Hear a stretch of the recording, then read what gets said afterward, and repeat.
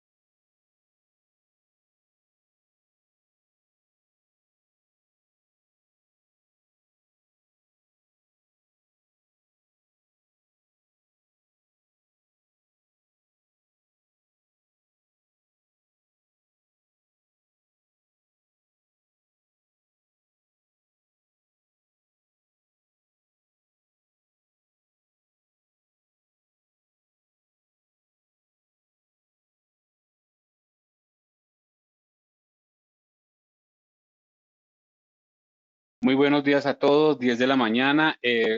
Vamos a esperar 2 minuticos más para que terminen de conectarse las personas, a los asistentes a esta charla. Muy buenos días a todos y gracias por su puntualidad.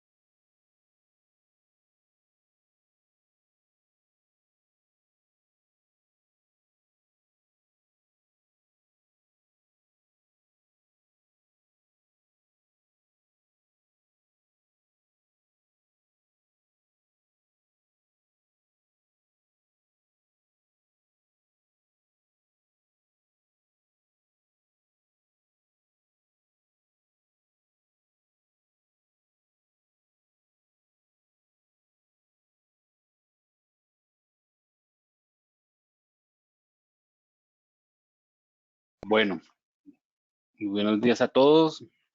Aquí iniciando.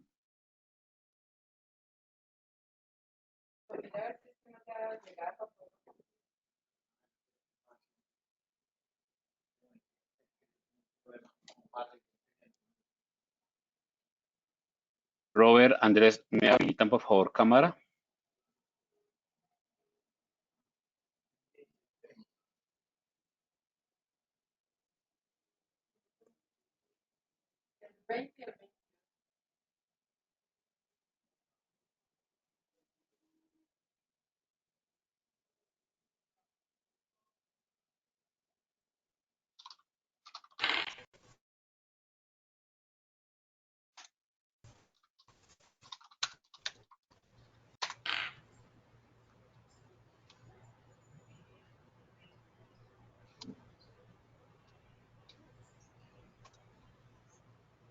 Bueno, muchas gracias a todos los que están.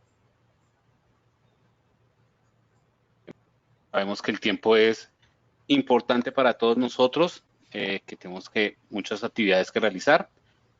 Hoy estamos acá en un nuevo webinar organizado por Grupo ET para todas estas empresas del sector logístico, para el sector asegurador, en que estamos viviendo situaciones de incertidumbre que estamos validando qué está sucediendo. Entonces, para nosotros es muy importante compartir este espacio con ustedes, compartir estos minutos con ustedes en temas de interés, en temas que podamos crecer nuestras competencias laborales, crecer en nuestros procesos.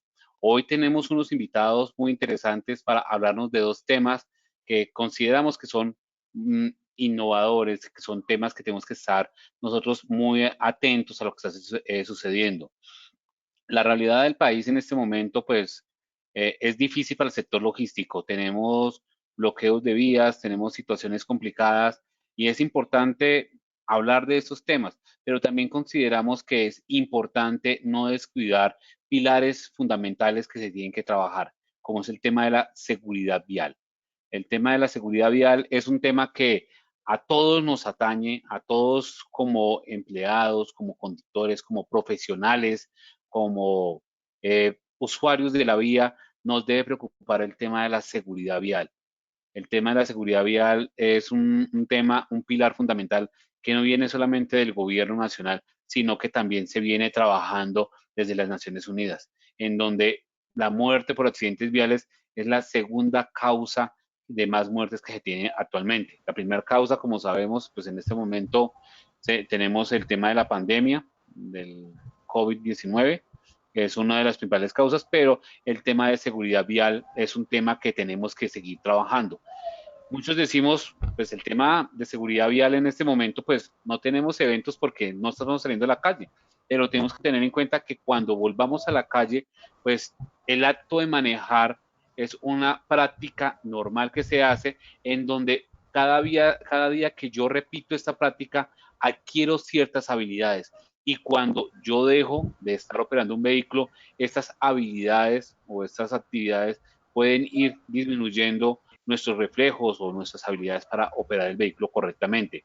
Es cuando salgamos de esta situación, esta pandemia que nos está presentando, pues podemos tener un aumento en eventos accidentales porque las prácticas o esas habilidades que tenemos como conductores, pues no van a estar al 100%. Entonces, por eso consideramos que esta charla es muy importante para tener todas esas consideraciones de seguridad vial. Pero también nos acompaña una persona muy importante para que nos hable de todas las implicaciones civiles y penales cuando se presenta un accidente de tránsito. Entonces, también es bueno el tema de prevención, pero cuando se materializa el riesgo, oye, ¿qué consecuencias podemos tener? Entonces, es importante trabajar esos temas en el tema de seguridad vial. Veo que me están escribiendo que no se me escucha bien. ¿Me confirman, por favor, si me están escuchando correctamente?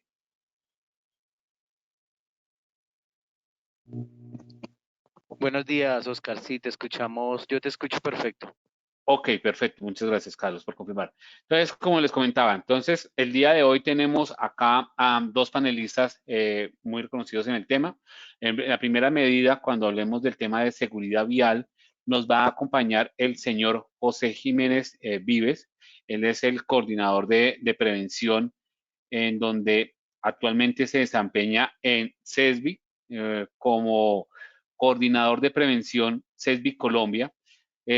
José Jiménez, veo acá su experiencia técnico en seguridad vial con certificación internacional como instructor de manejo defensivo, tanto en vehículos como en motocicletas, con formación en sistemas de seguridad activa y pasiva de vehículos, mecánica básica, normatividad legal vigente, auditor del sistema de gestión de transportes ISO 39000, con alta experiencia en el tema de manejo de vehículos públicos, privados, motocicletas y 4x4. José Efraín es una persona con alta experiencia y con liderazgo en el manejo de soluciones de diferentes situaciones de operación de flotas. Para el tema ya de consecuencias civiles y penales en el sistema de siniestros viales, nos va a acompañar el señor Daniel Camilo Correa Alvarado. Daniel Camilo es abogado conciliador de derechos, especialista en responsabilidad civil y daños resarcibles de la Universidad del Externado de Colombia. Actualmente cursa especialización en derechos de seguros en la Universidad Javeriana, con sede en Bogotá. Asimismo, él es asesor de firmas de abogados, prestadoras de servicios jurídicos para empresas del sector asegurador, tales como AXA, SBS, Liberty, La Equidad, HDI, Mafre, Previsora, Allianz, entre otras. Consultor en responsabilidad civil, responsabilidad del Estado, responsabilidad médica y responsabilidad de constructor. Como vemos, acá tenemos a dos personas con una amplia experiencia en la cual esperamos poder cubrir todas sus necesidades y sus expectativas en estos temas. Vamos a tener una temática en donde vamos a ir trabajando los dos temas. Al final de cada una de las charlas vamos a reunir todas las preguntas que ustedes tengan sobre los temas y lo vamos a ir resolviendo con cada uno de los panelistas al finalizar cada una de sus charlas. Les agradecemos mucho por su tiempo. Entonces, iniciamos con José.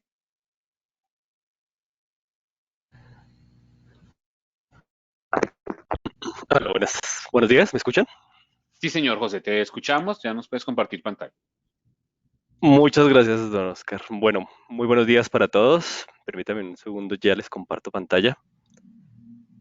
Acá la estamos viendo. Listo, perfecto. Entonces, bienvenidos. Efectivamente, vamos a trabajar un poco el día de hoy en temas de seguridad vial, muy enfocado hacia el transporte de carga. Vamos a mirar y precisamente vamos a contextualizarnos en los temas de siniestralidad actuales y precisamente todos los temas que permiten controlar estos siniestros viales.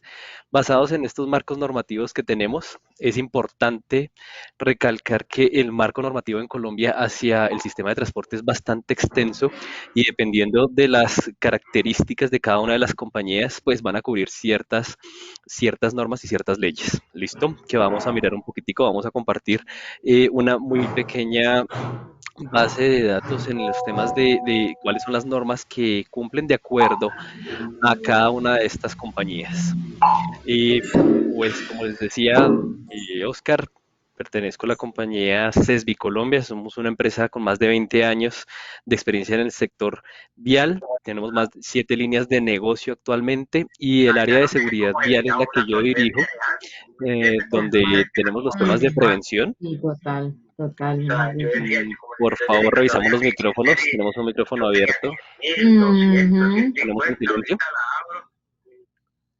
Bueno, entonces les comentaba, tenemos la línea, el área de prevención y seguridad vial, en la cual trabajamos diferentes aspectos, desde formación, inspecciones a flota, boletines de seguridad, rotogramas, etcétera.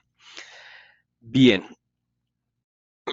para contextualizarlos, esto estoy seguro que ya muchos de ustedes lo conocen, lo han visto, lo han hablado, pero es importante recalcar, como lo mencionó don Oscar en algún momento, a nivel mundial las cifras de estadísticas son bastante elevadas, más de 1.3 millones de muertos anuales por accidentes viales, lo cual representa más o menos una cifra de 3.000 personas diarias. Y aquí en Colombia no somos ajenos a eso, ya vamos a mirar parte de las estadísticas que se generan por estos temas de accidentes viales. Para el año 2010, precisamente teniendo en cuenta todas estas cifras y estas estadísticas, la Organización Mundial de la Salud lanza una campaña que es la década de la seguridad vial, donde proponen 10 años en los cuales vamos a trabajar en políticas y aspectos muy importantes que pretendan precisamente controlar estos siniestros viales. Esta década de la seguridad vial no solo era que los países se afiliaran, dijeran nosotros como Colombia queremos afiliarnos, sino que esto viene asociado a grandes beneficios como préstamos con bancos internacionales, etcétera, a tasas bastante económicas, y por eso era importante crear una política de Estado enfocado hacia una seguridad vial que permitiera garantizar la reducción en siniestros viales. ¿Listo?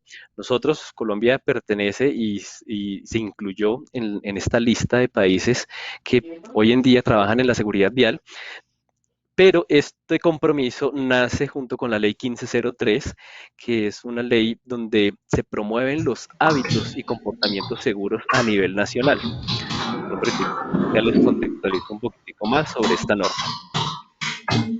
Bien, eso fue para el 2010, ya pasó esta década de la seguridad vial, pero obviamente seguimos trabajando en temas de seguridad vial. Ya ahorita la Organización Mundial de la Salud realizó o ya pone en contexto los nuevos objetivos que tenemos para esta nueva década entre el 2021 al 2030, en los cuales tenemos estos 17 objetivos muy puntuales, donde en varios de ellos, cuando entramos a enfatizar y a mirar ya los objetivos específicos, pues encontramos que hay varios de los que tienen en pantalla le apuntan hacia la seguridad vial.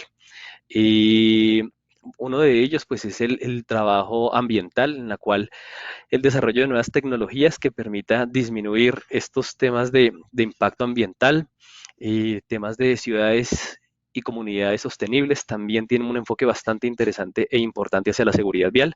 Entonces todos estos objetivos siguen enfocándonos hacia la seguridad vial. Y Colombia no es ajeno, no nos quedamos atrás en este tema. Nosotros tenemos ya en este momento unos cambios hacia nuestras políticas que ya vamos a mirar cuáles son esos cambios que se están generando en la actualidad. En Colombia, miremos un poquitico hasta el 31 de hasta el 31 de diciembre del 2020. Estos datos los encuentran en el Observatorio Nacional, los temas de accidentalidad.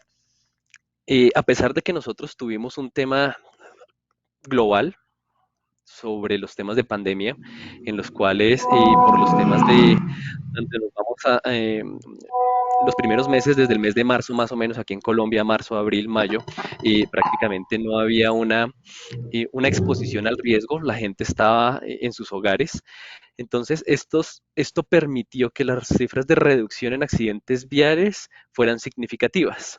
Para el año anterior, para el año 2020, a pesar de que tuvimos estos temas de pandemia y que estábamos en nuestro hogar, hubo una reducción del 17.7, pero sin embargo, correspondiente al año anterior, al 2019, en víctimas fatales, 1.175 víctimas menos. Pero, sin embargo, hubieron 5.458 fallecidos en el 2020. ¿Listo? Son unas cifras igual bastante altas, bastante elevadas. Uno de los retos más grandes que tiene en este momento el país y todo el Ministerio de Transporte y la Agencia Nacional es lograr mantener estas cifras e incluso, como siempre, trabajar en la reducción para el 2021. Pero ahorita ya estamos con un aspecto bastante crítico y es que estamos volviendo a la normalidad, estamos volviendo a los desplazamientos y ahora tenemos otros aspectos como el riesgo público, que es lo que se ha venido generando en todo este tema de manifestaciones. Entonces, con estos aspectos, mantener estas cifras no es fácil. Tenemos esa exposición al riesgo en la cual día a día salen motociclistas, ciclistas a la calle y son los que generan estos accidentes viales. Y precisamente hablando de cada uno de los actores viales, tenemos y encontramos que el motociclista es el actor vial número 1. Nosotros y sabemos que estamos enfocados hacia el transporte de carga, pero aquí hay un dato adicional y un dato bastante importante, y es que el motociclista genera el 59, 53%, casi el 54% de los fallecidos a nivel nacional y el 59, casi el 60% de los lesionados.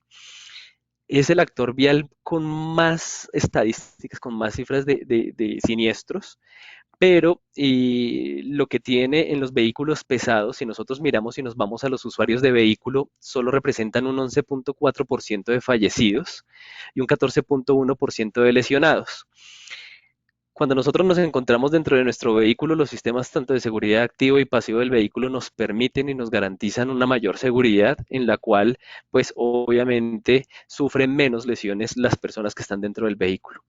Pero ahorita vamos a mirar un poquitico las cifras hacia los vehículos pesados y nos vamos a dar cuenta que estamos protegidos por el vehículo, pero sí tenemos cifras en las cuales el conductor de vehículo pesado pues golpea al vehículo pequeño, el automóvil, el motociclista y genera unos siniestros viales bastante importantes hacia los demás actores viales.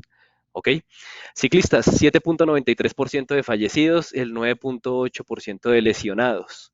Peatones, el 20.6% de fallecidos y el 16.1% de lesionados. Estas son las cifras generales de los fallecidos que ya vimos, que están entre los 5.800 aproximadamente, casi 6.000 fallecidos durante el 2020. Lo reitero, es una de las cifras más bajas en los últimos 5 años. Colombia venía más o menos por encima de los 6.000 fallecidos anuales y estábamos inclusive estábamos casi tocando los 7.000 fallecidos anuales. Entonces, es una estadística bastante alta, es un problema de salud pública, es un tema que tenemos que seguir trabajando precisamente para controlar, generar una sensibilización como actores viales, como los diferentes actores viales.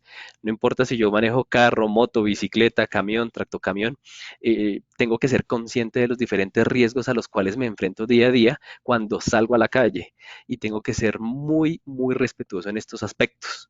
El simple hecho de usar un puente peatonal, el simple hecho de si voy en bicicleta usar un chaleco reflectivo, si voy a manejar en condiciones de poca luminosidad o en la noche, son pequeños hábitos y pequeñas conductas que permiten demasiado evitar un accidente de tránsito.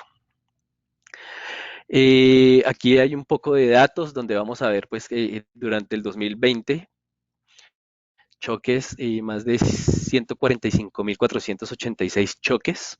Estamos hablando de choques en general. Atropello, 15.130 datos. Caídas, 6.830. Volcamientos, 6.788. Otros, 5.998. Incendio de vehículos, 158. ¿Listo?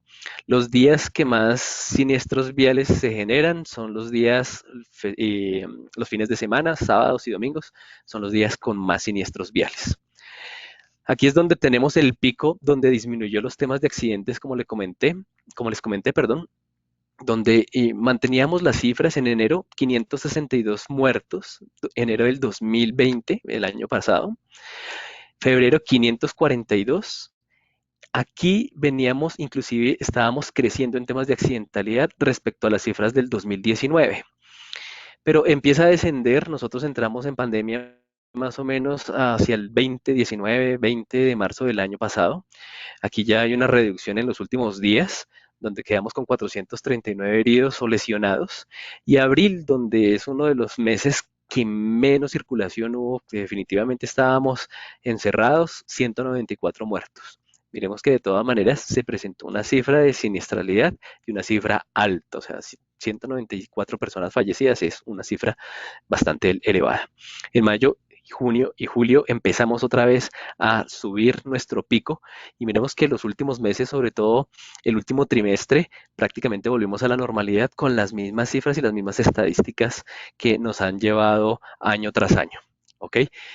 596, 569, 593 fallecidos. Cifras lamentables que pues nos demostraron que a pesar de que tuvimos una disminución en la siniestralidad, pues se dio muchísimo a la reducción en el riesgo, en la exposición al riesgo.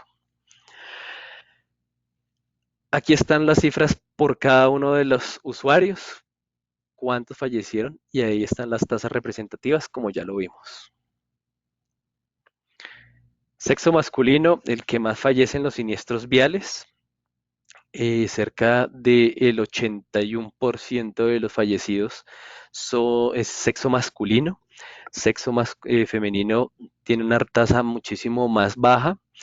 Y una cifra, pues, lamentable es los rangos de edad, que esto es una estadística nacional, pero es una estadística que se mantiene a nivel mundial. Esta estadística nacional nos habla de que en promedio entre los 18 a los 29, 30 años son las personas que más fallecen. Los factores son bastantes, entre esos, pues obviamente está la falta de pericia, conocimiento del vehículo, pero también esa falta de experiencia también va muy relacionada a los excesos de confianza, el exceso de velocidad, que es la estadística número 1 en Colombia de accidentes viales, seguido por la omisión a las señales de tránsito.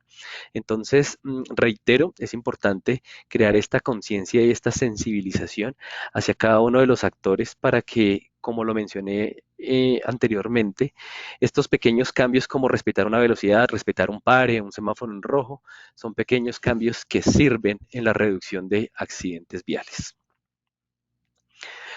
Y aquí tenemos entonces la comparativa, como les decía, tuvimos esa reducción de 1.175 personas, 2019 6.633 fallecidos, 2020 5.458 fallecidos, una cifra importante en reducción, pero que para el reto de este 2021 es bastante grande, en el cual mantener estas cifras va a ser, como lo reitero y soy reiterativo acá, va a ser un reto muy importante para todas las agencias, inclusive para las empresas públicas y privadas y todos los colegios y universidades, ya que todos nosotros tenemos una responsabilidad en los temas de seguridad vial que ya vamos a ver a continuación. Como les decía, entonces miren acá tenemos donde los vehículos pesados, camión, tractocamión, aquí vemos todos los diferentes roles dentro de la conducción, motociclistas, personas a pie, bicicletas, automóviles, camiones, camionetas, camperos, bus, y están ya relacionados todos los diferentes tipos de vehículos. Este dato sí es al 2019, no al 2020. Y cómo los vehículos pesados están involucrados en los accidentes. En la columna donde dice total hombre, entonces miremos que en camión y en tractocamión, pues la cantidad de personas que han fallecido, y total mujer, como ya lo vimos, es una cifra muchísimo menor, pero que obviamente se ven implícitos en los accidentes viales. Bien, ahora sí empecemos a trabajar un poco entonces en este marco legal que nos va a permitir generar una serie de programas y actividades, todas enfocadas hacia la seguridad vial, y obviamente todo esto con el objetivo de reducir las cifras de accidentalidad dentro de nuestra organización. Es muy importante que cada una de las empresas tenga claro y sepa, esté contextualizada cómo está actualmente en estos temas de siniestros viales. Esto se pueden apoyar muchísimo con las ARLs, con las aseguradoras, en los cuales ustedes pueden saber al día de hoy cómo estamos en temas de accidentes, para que lo primero que empecemos a trabajar es en nuestro objetivo. ¿Cuál va a ser la cifra o la tasa de accidentalidad en la cual vamos a trabajar para reducir? Por ejemplo, si en el 2019 tuvimos, voy a ser un poco exagerado, pero bueno, 23 fallecidos, hablando de empresas grandes que se ven bastante, y en el 2020 tuvimos 21 fallecidos, pues entonces vamos a trabajar cuál va a ser el objetivo para este 2021 en los temas de reducción en siniestros viales. ¿Listo? Todo empieza con la Ley 1503 del 2011. Ya habíamos hablado de la década de la seguridad vial, en la cual el compromiso de Colombia es reducir las cifras, y para ello Colombia empieza con la Ley 1503 del 2011. Dicha ley está enfocada en generar hábitos y comportamientos seguros hacia los diferentes roles en la conducción. ¿Listo? Y para ello modifica la Constitución Política, donde ahora tenemos derecho a la educación vial desde el 94 en nuestra Constitución Política tenemos derecho a la educación, pero ahora incluye la educación vial. El objetivo es que desde temprana edad todos los colegios, universidades, entidades educativas creen o tengan una cátedra enfocada hacia la seguridad vial. ¿Listo? Por eso esta ley también está enfocada o va dirigida hacia los colegios, universidades y todo el sector empresarial, bien sea público y privado. ¿Listo? Lo reitero, crear hábitos y comportamientos, conductas seguras en la vía que permitan ser críticos, autónomos, solidarios y prudentes en la toma de decisiones en situaciones de desplazamiento o de uso de la vía pública. En su momento se habló, esto simplemente es como para contextualizarlos porque aquí ya se viene un cambio bastante interesante que ya vamos a ver ahorita a continuación, pero en su momento se habló de que todas las empresas del sector público y privado tenían que empezar a desarrollar algo que vamos a llamar el Plan Estratégico de Seguridad Vial, que esto está desde el 2014, pero ya los contextualizo. Y se habló de que todas las empresas que tuvieran una flota superior a 10 unidades o 10 vehículos tenían que empezar a implementar este plan estratégico y son los que son objeto principal de la Ley 1503. En su artículo 12, el cual todavía está vigente, se habla de que este plan estratégico tiene que ser revisado y actualizado cada 2 años por las organizaciones, pero en temas como de seguimiento y de auditoría, porque en temas de implementación, ejecución y control debe ser constante. Ya lo vamos a ver. Después de la ley 1503, entonces nace el decreto 2851 del 2013. Básicamente este es el que fortalece y le da vida a la ley 1503, reglamenta los artículos que están viendo en la presentación y define los pilares del plan estratégico, o sea, en los 5 pilares que vamos a empezar a trabajar. Son unos pilares muy importantes en cada uno de los factores.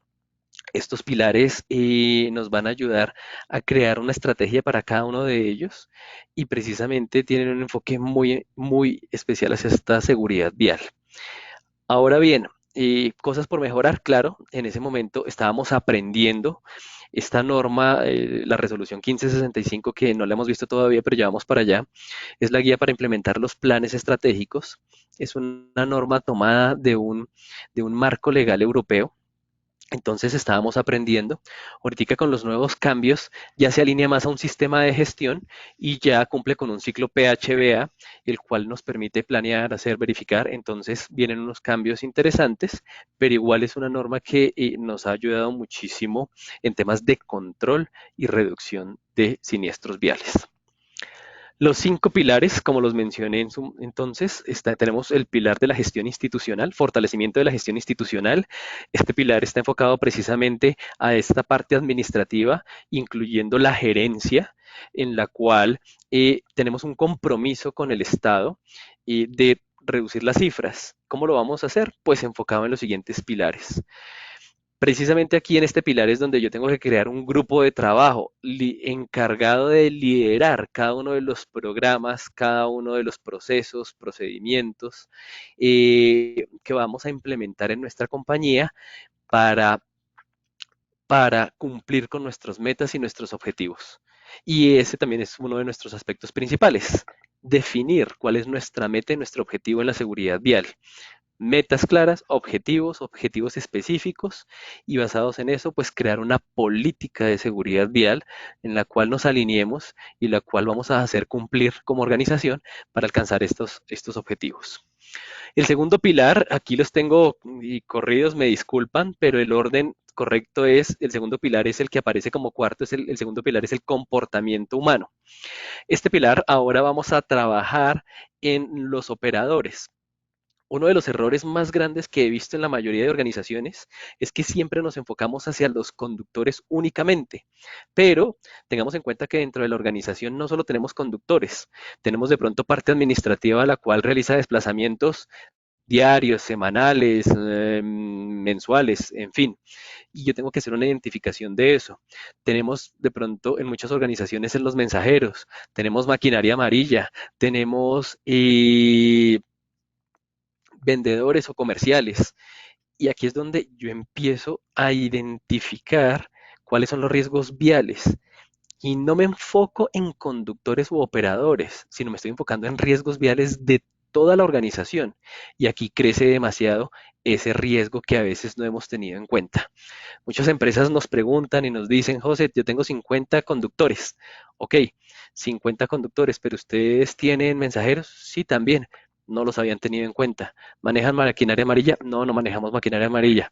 ¿Tienen comerciales? Sí, que se desplazan diario. Ok, empezamos a mirar y a definir cada uno de los riesgos viales para cada uno de estos actores o para cada uno de estos empleados de la organización. Y empezamos a trabajar en cada uno de esos riesgos.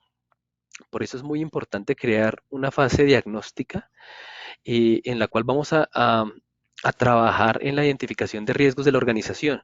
Y es aquí donde yo siempre he dicho que este plan estratégico, lastimosamente muchas empresas se han asesorado de pronto mal, crean un copy-paste de otra empresa y ya.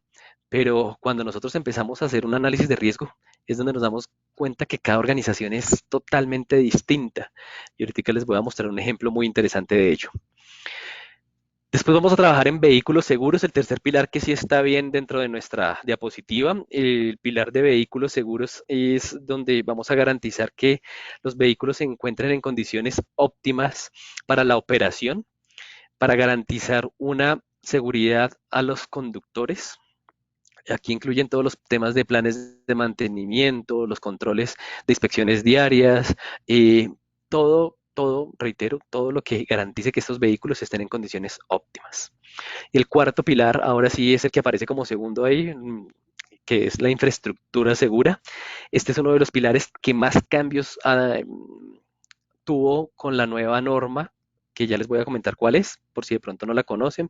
Estoy seguro que muchos de ustedes ya están más que contextualizados en el tema, pero este pilar tuvo varios cambios. El tema de rutogramas, que era uno de los temas que más solicitaban, ya prácticamente no va a ser un requisito de ley, va a cambiar por otro tema y es programación de rutas. Y la agencia nacional se dio cuenta que implementar o elaborar un rutograma es costoso y tiende a desactualizarse muy rápido, así que ahora vamos a trabajarlo es como una programación. ¿Listo? Ese es uno de los cambios y uno de los pilares con más cambios con la nueva ley 2050 del 2020. Y el quinto pilar es la respuesta a los accidentes de tránsito o atención a víctimas, donde básicamente se nos completa un ciclo y es, tenemos el accidente, pues aprendamos de ese accidente.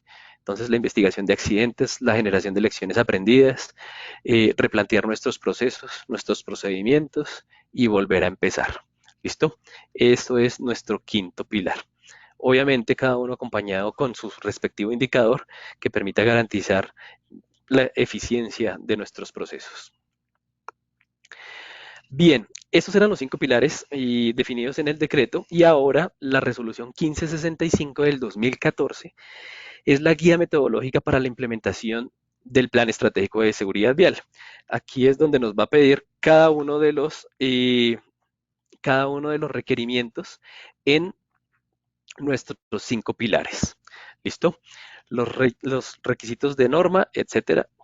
Bien. Ahora, nace la ley 2050. Esta ley 2050 es la que cambia muchísimos aspectos en el plan estratégico de seguridad vial. Voy a ir a lo que más nos interesa. Esta pequeña matriz en la cual los planes estratégicos de seguridad vial estaban definidos para todas las organizaciones, no importara su objetivo social, pero sí teníamos que implementarlo desde que tuviera más de 10 vehículos o más de 2 conductores. Ahora, con la nueva ley 2050 se propone que se dividen en 3 planes estratégicos, uno básico, uno estándar y uno avanzado. Estos planes estratégicos se van a dividir en 2 tipos de organizaciones, las organizaciones enfocadas al transporte o las organizaciones diferentes al transporte. Por ejemplo, si yo tengo una organización entre más o menos de 45 colaboradores, ojo, colaboradores, no conductores, entonces me aplicaría un plan estándar, ¿ok? Si soy una empresa de transporte. Si soy una empresa de transporte, perdón, por ejemplo, de vigilancia, entonces ya sería una organización diferente al transporte y con los mismos 45 colaboradores, entonces ya no tendría que tener un plan estándar, sino tendría que tener un plan básico. ¿Cuáles son las diferencias? Que obviamente los requisitos de norma son menos. Con la resolución 1565 más o menos, y con la 1231 que ya está derogada, más o menos teníamos cerca de 149, 150 ítems que pedía la norma calificar. Hoy en día el plan más grande, el plan avanzado, va a quedar más o menos como de 50, 55 ítems y el más básico es como de 24 ítems. Entonces la reducción es bastante, es menos. Y algo que también quiero que tengan en cuenta y que es muy importante con esta ley 2050 que estaba en la diapositiva anterior, es que ahora los planes estratégicos tienen que venir totalmente alineados con el sistema de seguridad y salud en el trabajo. Todo lo que tiene que ver con la resolución 0312, tenemos que alinearlo, empalmarlo en un único, en un sistema estándar. ¿Listo? Por eso también uno de los grandes cambios que hubo con esta ley es que ahora podemos ser auditados por Ministerio de Trabajo, Secretaría de Salud, tenemos unas responsabilidades con Secretaría de Educación, hay varias entidades gubernamentales ahora responsables e implícitas en estos temas de seguridad vial. Importante crear el comité de seguridad vial para que precisamente el comité sea el encargado de definir las acciones y los planes de acción que vamos a empezar a ejecutar. Y voy a adelantarme un poquitico, se nos acaba el tiempo y quería comentarles algo muy importante. Son los primeros aspectos que yo debo empezar a implementar en el pilar de la gestión institucional. Crear objetivos del plan estratégico, crear nuestro comité de seguridad vial, delegar un responsable en el plan estratégico de seguridad vial, estructurar nuestra política de seguridad vial, trabajar en la divulgación y cumplimiento de la política. Y aquí vienen los dos puntos más importantes. El diagnóstico y caracterización, pues básicamente son los datos de la empresa, con qué vehículos, con qué personal contamos. Y el diagnóstico de riesgos viales. Es la calificación de los riesgos viales que tenemos dentro de nuestra organización en los diferentes roles, como ya lo había mencionado. ¿Listo? Cuando ya identifiquemos nuestros riesgos viales, entonces vamos a empezar a trabajar en nuestros planes de acción y de ahí empezamos a trabajar y crear nuestro cronograma de trabajo y garantizar el cumplimiento y la ejecución en cada uno de ellos. ¿Listo? Bien, por último y para terminar esta pequeña charla, es aquí donde yo les menciono que cada empresa es totalmente distinta. Y como lo mencioné al principio, cada una de las empresas tiene un riesgo diferente. Así todas las empresas que me acompañan el día de hoy, nos acompañen, perdón, sean empresas del sector de transporte, de pronto algunas son transporte de alimentos, transporte de mercancías, transporte de sustancias peligrosas, y como ya lo había mencionado, en Colombia nosotros manejamos un régimen legal bastante amplio. ¿Listo? Tenemos importantes de la matriz que ustedes están viendo en este momento, la ley 336 de 1996, la cual sigue vigente y tiene inclusive algunas modificaciones. Precisamente una de las modificaciones es el artículo 12, en el cual se habla de las sanciones, que una de las actualizaciones es precisamente las sanciones, artículo 12, si las empresas planes de seguridad. ¿Listo? Entonces, esta fue una modificación que se hizo con la ley 2050 que ya vimos. Nuestro Código Nacional de Tránsito, ley 769 del 2012, del 2002, el cual sigue vigente, ha tenido algunas modificaciones como las que ustedes ven ahí, la ley 1005, la 1383, listo, son parte de las modificaciones, pero seguimos con nuestro Código Nacional vigente. Y El decreto 1079 del 2015, por el cual se expide el decreto único del sector transporte, es importantísimo que lo tengan en cuenta, porque ahí aparecen todos los aspectos legales en temas de, inclusive, chatarrización de los vehículos, los temas de seguros, responsabilidades, etcétera. Entonces, es aquí donde su plan estratégico de seguridad vial empieza a variar de acuerdo a las necesidades o de acuerdo a los riesgos de la organización. Para la muestra un pequeño botón, como dicen, pues entonces tenemos otras normas, como por ejemplo, si es una empresa dedicada a las mercancías o al transporte de mercancías peligrosas, el decreto 1609 del 2002, tengo que cumplir con ese marco legal. Entonces es importante actualizar su matriz legal del plan estratégico precisamente para saber cuáles son los requerimientos en cada uno de los objetivos planteados. Si es transporte de alimentos, tenemos el decreto 3075, transporte multimodal, transporte marítimo, transporte férreo, transporte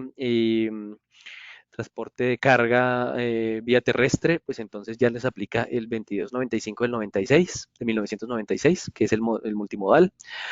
Tenemos el transporte especial, resolución 264 del 2020, una muy reciente, todo lo que reitera o requiere para transporte especial. Entonces, miren que de acuerdo a su objetivo, de acuerdo a su tipo de actividad, pues mi matriz legal va a ser muy distinta y mi plan estratégico tiene que estar muy alineado a esta matriz legal. ¿Listo?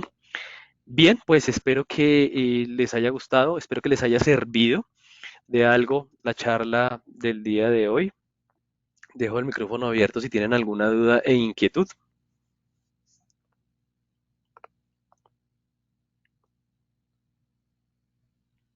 Gracias, José, por tu charla, muy interesante en este tema que estamos viendo de seguridad vial.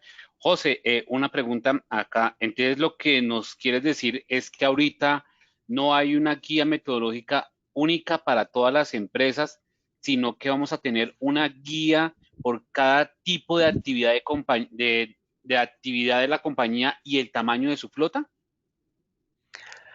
Correcto, don Oscar, sí señor. Entonces, no es una guía específica para cada una de ellas, sino que no van a ser los mismos requisitos para cada una de las organizaciones. Los requisitos van a variar, van a ser menores dependiendo o de acuerdo a el tipo de organización o la cantidad de colaboradores. Voy a poner un ejemplo. Si para uno de los pilares, digamos, el pilar de fortalecimiento de la gestión institucional, teníamos más o menos unos 20, 30 requisitos antes. Ahorita para el plan más avanzado podemos contar con unos 15 requisitos y para un plan básico pueden ser menos de 15 requisitos, pueden ser más o menos 8 requisitos que van a ser más específicos. Entonces, básicamente son menos requisitos o un control menor dependiendo de la cantidad de colaboradores o dependiendo del tipo de organización, si es del transporte o empresas diferentes al transporte. Ok, De perfecto. igual forma, qué pena, ahí hago otras pequeñas Tranquilo. salvedades, don Oscar, y es que igual seguimos en la transición. La ley 2050 es de agosto del 2020 del año pasado, perdón, caí en una redundancia ahí, del 2020, pero de todas maneras le da plazo tanto a la Secretaría de Educación como a la Agencia Nacional de Seguridad Vial y a la Secretaría de Salud le da plazo de 12 meses en definir unos procedimientos que estamos a la espera precisamente. Por ejemplo, con el Ministerio de Educación estamos a la espera de definir los planes de formación que van a quedar a cargo de ellos. Todavía no se han definido. Y hay otros cambios que están pendientes y estamos en este momento en esa transición. Quiere decir, viene una cantidad de cambios, modificaciones, que nos toca estar todos muy atentos, lo que nos dices.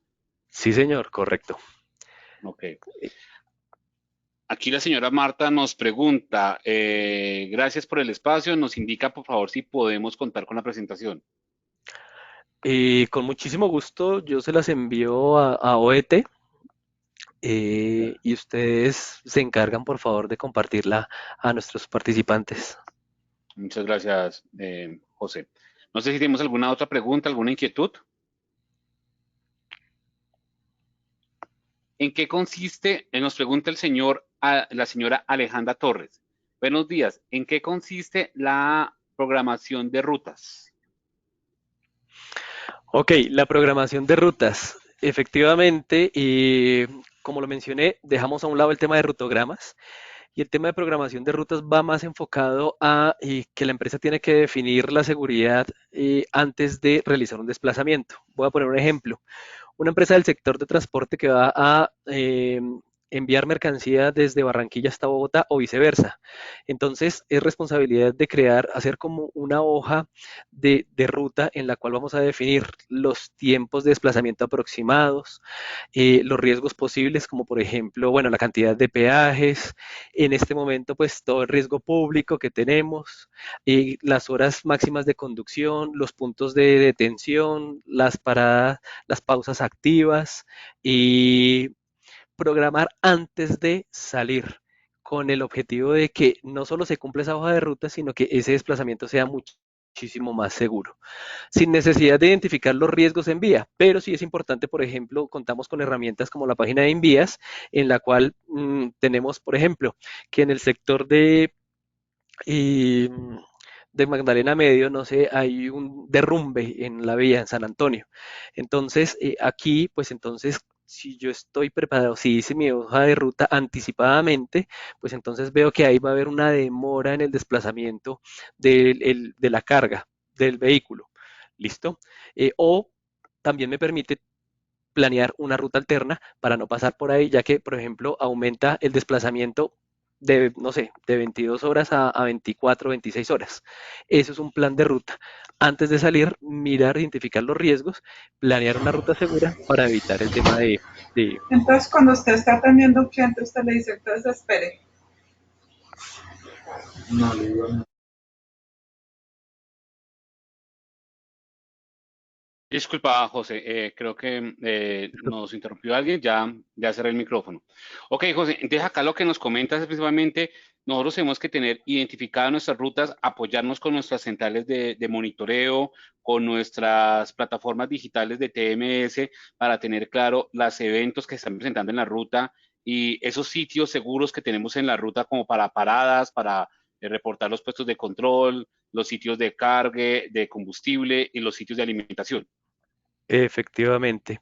Igual digamos que se pueden crear estándares, programas estándares, o sea, ya si es constante el desplazamiento por estas rutas, pues ya tenemos ciertos puntos, por ejemplo, todo lo que acaba de mencionar don Oscar, pero básicamente adicional lo único es como mirar si hay algún cambio en la vía que de pronto pueda generar una demora en el desplazamiento. Pero con que yo maneje uno más o menos estándar, tenemos estos puntos de parada, tenemos estos puntos de detención segura, tenemos estos para tanquear, tenemos esta cantidad de peajes, pues básicamente digamos que con una primera vez que yo ya realicé esto, pues ya tenemos uno de nuestros planes de ruta.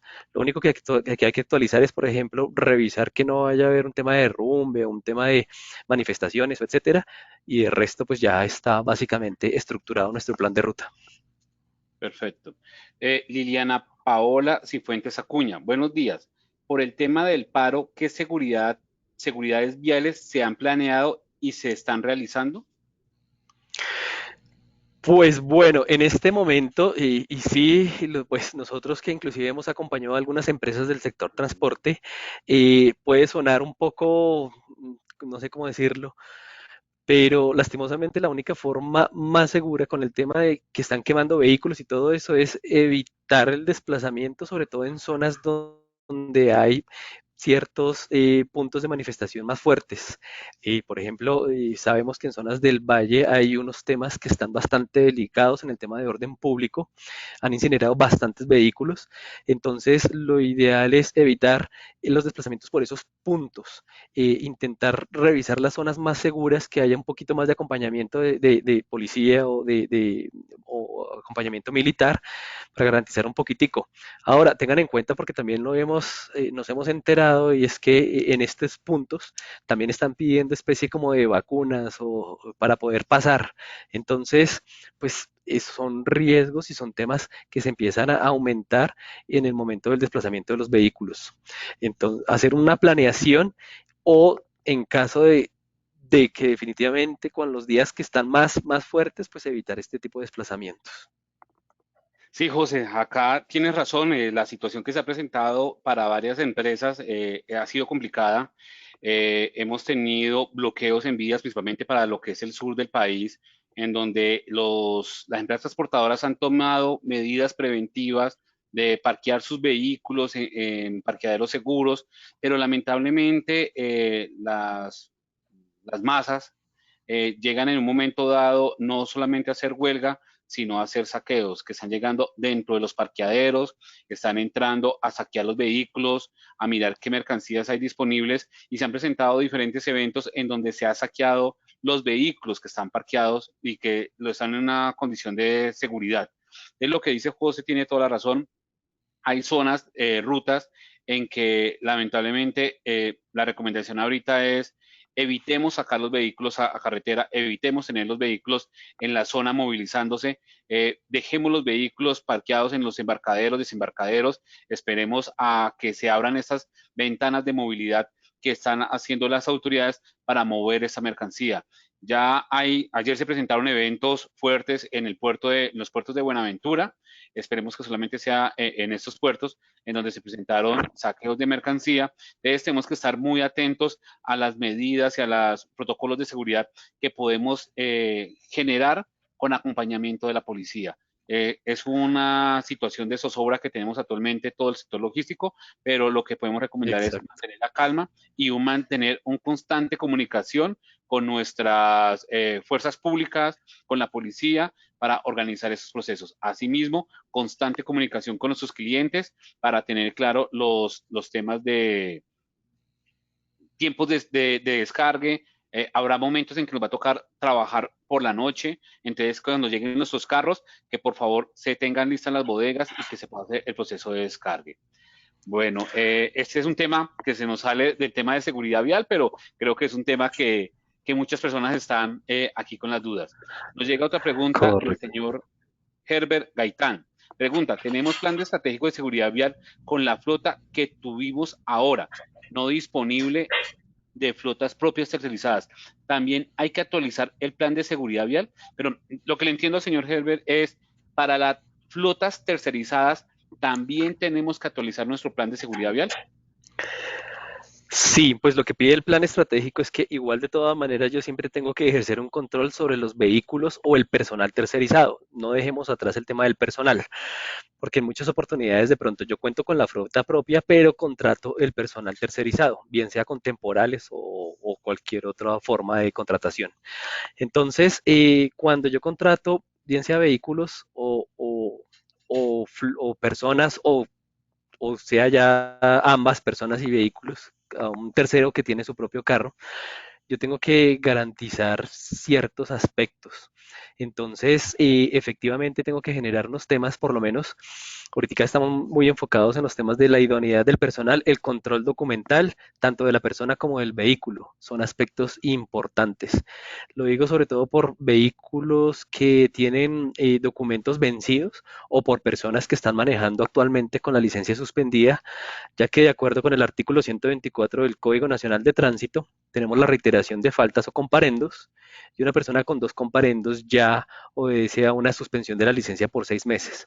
Esto a veces se ha obviado mucho y asignamos la carga de un vehículo, la carga de mercancía a un vehículo, a una persona, sin hacer como por lo menos la mínima inspección documental.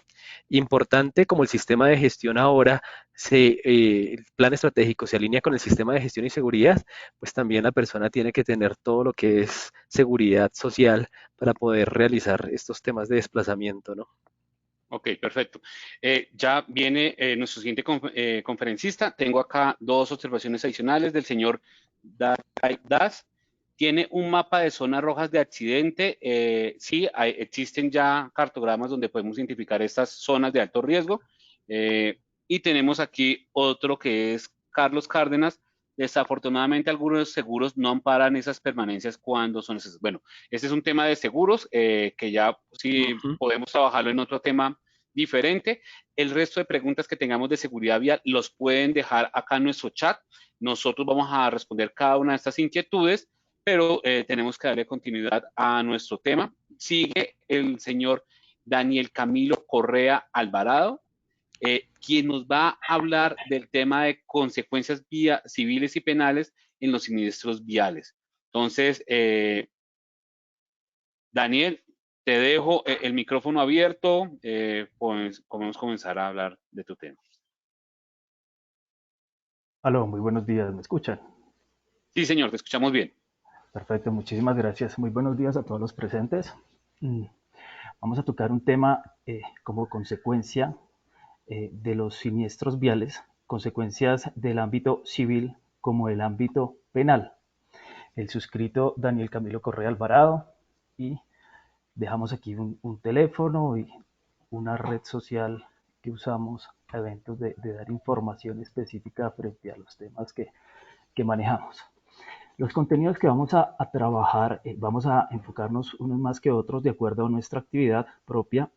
Vamos a hablar sobre la responsabilidad civil, la responsabilidad penal derivada de un accidente de tránsito o un siniestro vial. Vamos a hablar sobre el seguro de responsabilidad civil, coberturas, exclusiones y diferencias con el seguro obligatorio de accidentes de tránsito SOAT. Vamos a hablar sobre los perjuicios y las vías judiciales en Colombia para lograr una indemnización o el resarcimiento, y de la misma forma hablaremos sobre los eximentes de responsabilidad civil. Y por último, quiénes son los obligados a indemnizar a la luz de los fallos judiciales, y iniciamos. Para poder iniciar esta conferencia, enfoquémonos en el tema. Y el tema es el accidente de tránsito. A veces la ley trata de definir algunos conceptos, pero esos conceptos en los litigios se vuelven un poco confusos, como lo vamos a expresar o lo vamos a demostrar más adelante. Pero ¿qué nos dice el artículo 769 del 2002, que es el Código Nacional de Tránsito? En el artículo 2 trae unas definiciones y nos dice que el accidente de tránsito es un evento generalmente involuntario, generado al menos por un vehículo en movimiento que causa daños a personas y bienes involucrados en él, e igualmente afecta la normal circulación de los vehículos que se movilizan por la vía o vías comprendidas en el lugar o dentro de la zona de influencia del hecho. Para el evento de la definición es importante tener en cuenta en los temas de litigiosidad que pudiésemos quitar ese término generalmente involuntario. Podemos considerar que el accidente de tránsito es un evento siempre involuntario, porque en el evento de la voluntariedad se nos sale de un accidente. Es decir, si no es involuntario, es voluntario. Y si un hecho es voluntario, lo quise hacer y no es accidente. Siempre y cuando, para el ámbito de la definición y poder entrar en el tema más claros, podemos tener en cuenta que un evento generalmente involuntario, generado al menos por un vehículo en movimiento, con o sin conductor, es importante tener en cuenta esto, que causa daños a personas, bien puede ser daños en la vida, causando un homicidio culposo, o lesiones personales culposas y bienes involucrados. Entramos en el tema y vamos a hacer una diferenciación entre la responsabilidad civil y la responsabilidad penal derivados de un siniestro vial. Podemos tener aquí, tenemos 9 diferenciaciones, pero es importante tener en cuenta que hay muchas más.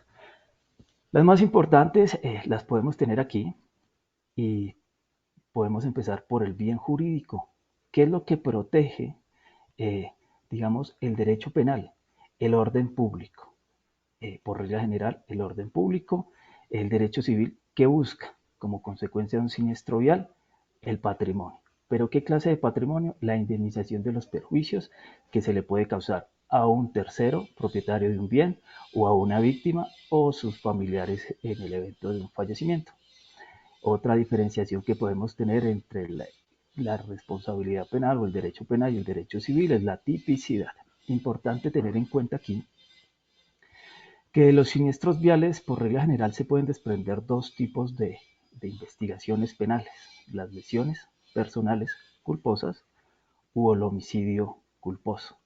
La tipicidad indica que no hay conducta jurídica eh, catalogada como delito cuyo comportamiento no esté descrito en la ley.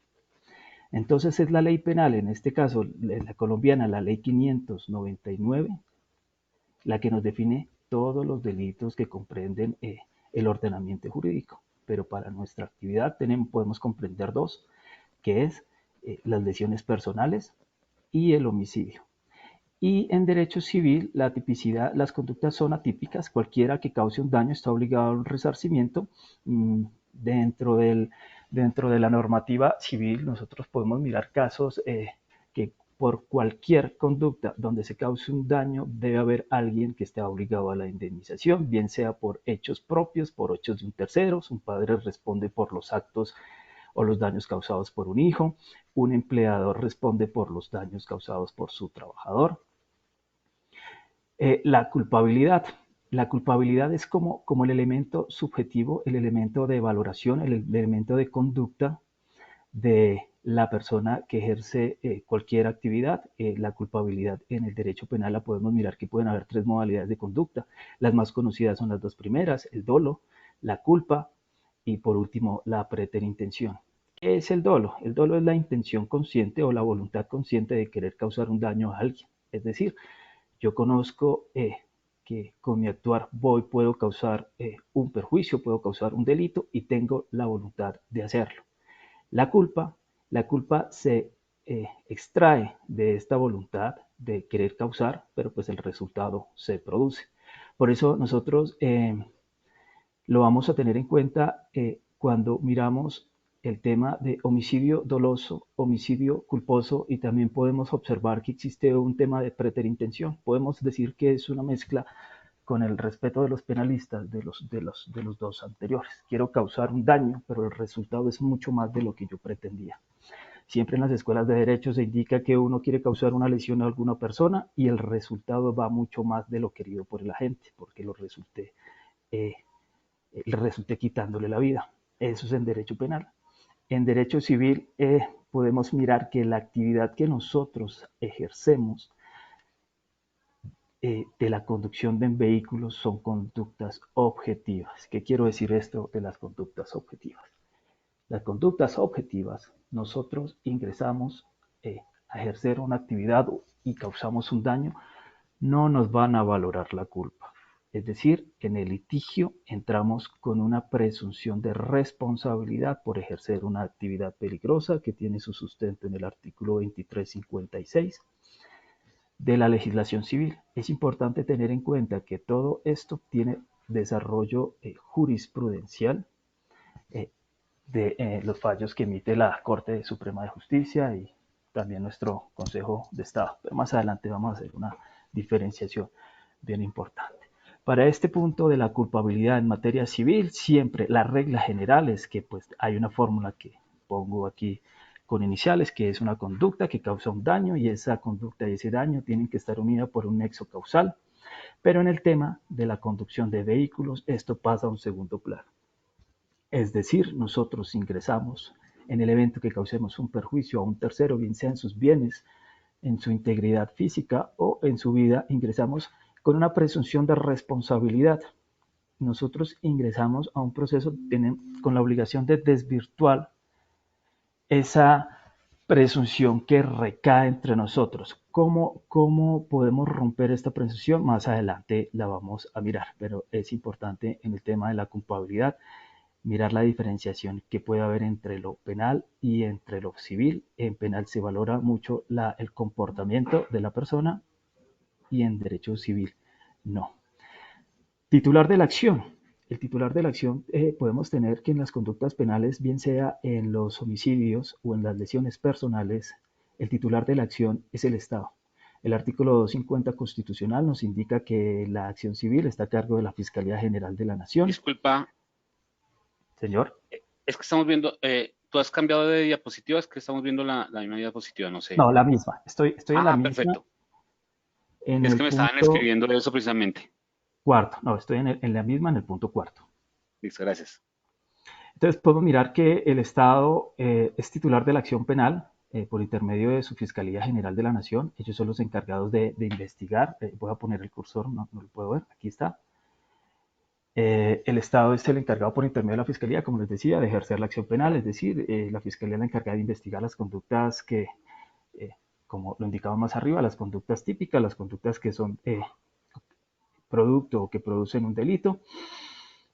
Y en tema de homicidio. En el tema de las lesiones personales existe un requisito que es la famosa querella, que yo sé que ustedes la han escuchado mucho cuando se le causa una lesión a alguna persona.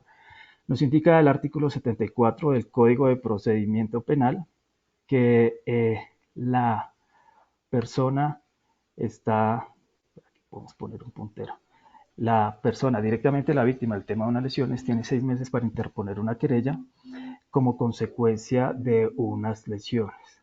Al término de los 6 meses, esto es importante, si la víctima, el perjudicado directo, no interpone la querella ante la Fiscalía General de la Nación, hay una caducidad de la querella, de la investigación penal, y nuestro conductor, en este sentido, queda liberado de toda responsabilidad penal.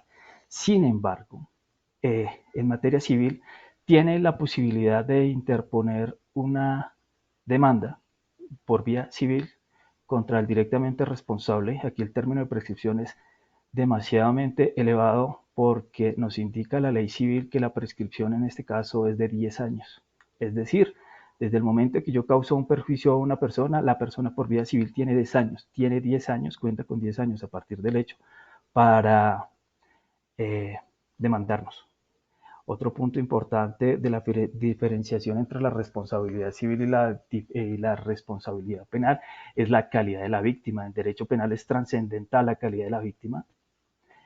Existen conductas agravadas cuando uno comete un delito, puede ser en un menor de edad o en un pariente cercano de primer grado. Las conductas se catalogan como homicidio agravado, lesiones personales agravadas, mientras que en materia civil la calidad de la víctima es irrelevante. Nosotros en el ejercicio de la conducción podemos causarle lesiones o daños a menores de edad, a mayores de edad, a personas con una influencia en el país alta, con una protección especial por parte del Estado, pero el tema de la reparación de los perjuicios es igual. El tema de la calidad de la víctima es irrelevante. Este tema es muy importante porque son muchas dudas que a los transportadores se les viene a la mente y les genera cuando ocurre un accidente, y es el tema del cumplimiento de la sanción. En materia penal, el cumplimiento de la sanción es netamente personal. ¿Qué quiero decir con esto? Es el conductor el que causa el delito. Él es el único llamado a responder penalmente. Es decir, la sanción es exclusivamente para él. La sanción penal, que es la de la privación de la libertad, la de la prohibición de como pena accesoria de conducir vehículos durante un tiempo, la de inhabilidad de ejercicios o de sus funciones durante un tiempo. Mientras que en materia civil está la posibilidad de que una persona pague por otro. En este caso y en nuestra última diapositiva vamos a poner un ejercicio que vamos a hablar sobre una sentencia que es la más reciente y es de la actividad que ustedes desarrollan, la actividad del transporte. Fue un caso donde se obliga al conductor, al propietario, a la aseguradora, a la empresa transportadora a pagar por otro. Porque lo que busca el derecho civil, como lo decíamos al principio, es en la primera casilla, es la indemnización de los perjuicios que se causan. Este tema lo vamos a desarrollar más adelante, pero simplemente vamos a hacer como una presentación inicial. La antijuridicidad, que es otra diferenciación en temas penal, vale por el simple hecho de lesionar o poner en peligro, lesionar efectivamente un bien jurídico tutelado, la vida, la integridad física de una persona, o poner en peligro estos bienes jurídicos, mientras que en derecho civil esto no existe. Allá no existe que casi me daña, casi me atropella, casi me quita la vida. Allá el daño tiene que ser cierto, el daño se tiene que concretar para que pueda haber una responsabilidad civil. Compensación de culpas es el último tema. Esto es muy utilizado por las defensas nuestras en los procesos cuando representamos empresas de transporte, cuando las aseguradoras intervienen en representación de sus asegurados en los procesos. Ellos utilizan mucho este tema de la compensación de culpas. En materia penal no existe, o sea, soy responsable si hubo intervención de la víctima. Ya para el caso en específico, el juez penal entrará a valorar elemento de prueba. Puede ser que exonere de responsabilidad penal a nuestro conductor, o bien tenga en cuenta que la intervención de la víctima no fue suficiente para que se considere que haya intervenido de manera importante en la causación de su lesión, mientras que en materia civil es muy importante el tema de la compensación de culpas en un accidente de tránsito, y más específicamente cuando le causamos daños a un vehículo, lesiones a una persona, o esta persona puede fallecer en un accidente de tránsito. Si esta persona interviene o ejerce una conducta que lo llamamos de esta forma, que se expuso imprudentemente al riesgo, el juez civil bien puede condenar una indemnización, pero la reduce en un porcentaje. ¿De acuerdo a qué? De acuerdo a su criterio.